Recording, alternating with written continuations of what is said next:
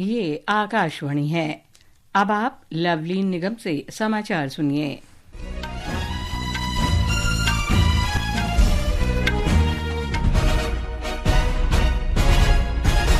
राष्ट्रपति द्रौपदी मुर्मू ने कार्यबल में महिलाओं की अधिक भागीदारी पर जोर दिया है। उन्होंने कहा कि भारत के विश्व की तीसरी अर्थव्यवस्था बनने की ओर अग्रसर होने को देखते हुए ये जरूरी है। राष्ट्रपति ने आज नई दिल्ली में अंतर्राष्ट्रीय महिला दिवस के उपलक्ष्य में नारी शक्ति से विकसित भारत पर एक दिन के सम्मेलन का उद्घाटन करते हुए कहा कि देश की बेटियां विकसित भारत का स्वप्न साकार करने में महत्वपूर्ण भूमिका निभा रही हैं। उन्होंने महिलाओं की प्रगति में सहयोगी अवसर सृजित करने में समाज की भूमिका पर बल दिया। राष्ट्रपति ने कहा कि लोकसभा और राज्य विधानसभाओं में महिलाओं के लिए आरक्षण का प्रावधान एक ऐतिहासिक कदम है। उन्होंने कहा कि अंतर्राष्ट्रीय महिला दिवस महिलाओं के अमूल्य योगदान को सम्मानित करने और स्त्री पुरुष समानता को और सुदृढ़ करने का अवसर है। केंद्रीय मंत्री अर्जुन राम मेघवाल और अन्नपूर्णा देवी ने भी समारोह को संबोधित किया। राष्ट्रपति द्रौपदी मुर्मू, उपराष्ट्रपति जगदीप धनखड़ और प्रधानमंत्री नरेंद्र मोदी ने अंतर्राष्ट्रीय महिला दिवस की बधाई दी है। राष्ट्रपति ने सोशल मीडिया पोस्ट में कहा कि यह महिलाओं की उपलब्धियों और योगदान को रेखांकित करने का दिन है।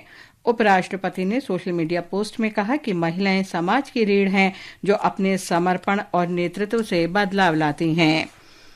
दिल्ली सरकार ने आज गरीब महिलाओं को 2,500 रुपए देने के लिए महिला समृद्धि योजना को मंजूरी दे दी है।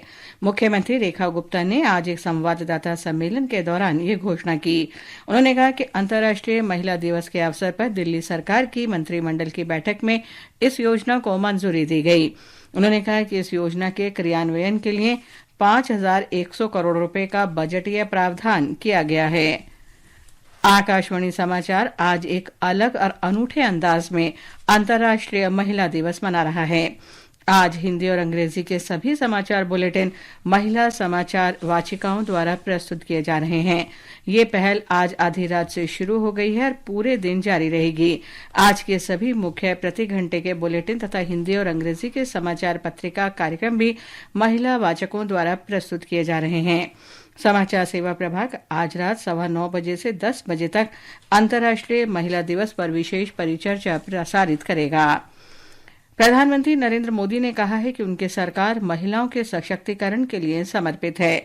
अंतर्राष्ट्रीय महिला दिवस के अवसर पर गुजरात के नवसारी में आयोजित लखपति दीदी सम्मेलन को संबोधित करते हुए श्री मोदी ने जोर दिया कि भारत महिला नेतृत्व वाले विकास की दिशा में आगे बढ़ रहा है। सूचना और प्रसारण मंत्रालय के सचिव संजय जाजू ने मनोरंजन, रचनात्मकता और संस्कृति की दुनिया को एक साथ लाने वाले वैश्विक शिखर सम्मेलन वेव्स की तैयारियों की समीक्षा के लिए मुंबई में बैठक की।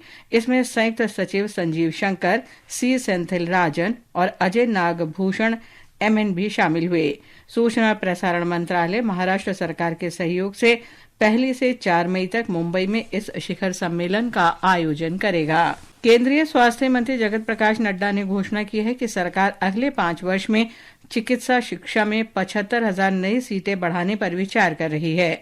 श्री नड्डा आज नई दिल्ली में भारत मंडपम में अंतर्राष्ट्रीय स्वास्थ्य प्रौद्योगिकी मूल्यांकन संगोष्ठी के उद्घाटन सत्र को संबोधित कर रहे थे। स्वास्थ्य मंत्री ने कहा कि वर्ष 2014 के बाद से देश में मेडिकल कॉलेजों की संख्या में 101% की वृद्धि हुई है। विदेश मंत्री डॉक्टर एस जयशंकर ने कल रात उत्तरी आयरलैंड के बेलफास्ट में भारतीय वाणिज्य दूतावास का उद्घाटन किया। इस अवसर पर उन्होंने कहा कि वाणिज्य दूतावास भारतीय समुदाय की जरूरतों को पूरा करेगा। श्री जयशंकर ने कहा कि बेलफास्ट में वाणिज्य दूतावास व्यापार, प्रौद्योगिकी, व्यवसाय और शिक्षा में द्विपक्षीय सहयोग आगे बढ़ाने की संभावनाएं तलाशेगा। प्रधानमंत्री नरेंद्र मोदी इस महीने की 11 और 12 तारीख को मॉरिशस की 2 दिन की यात्रा पर रहेंगे। वे मॉरिशस के राष्ट्रीय दिवस समारोह में मुख्य अतिथि के रूप में शामिल होंगे। भारतीय नौसैनिक पोत के साथ रक्षा बलों की एक टुकड़ी भी समारोह में भाग लेगी।